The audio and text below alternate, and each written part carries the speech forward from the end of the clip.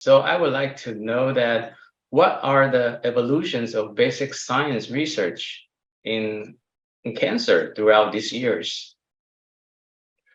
So while so-called basic research or basic science research is important, but I thought the translational research will have a bigger and more immediate impact for the cancer treatment. So during the last few years, new tools like single-cell and spatial transcriptomic analysis have assisted us to understand comprehensively the molecular and cellular basis of the disease. So these new research tools point out the limitation for study cancer using single cell lines. For a very long time, we have been working with one cell line and thought everything is happening in this particular cell.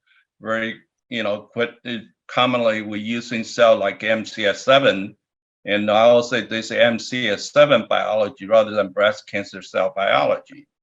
So cancer is not a disease of single cell or single type of cell, rather than actually some multiple cell type, the interaction among them. And so therefore then the technique have been improved for the last few years. So spatial transcriptomic is very powerful techniques because then we actually extract the information directly from the tissue slice. So therefore, then we can also getting the spatial relationship between the different type of cell on the tissue slice. So typically we like to do is use the combination 2 approach. Combination, the single cell analysis, as well as the spatial transcriptomics.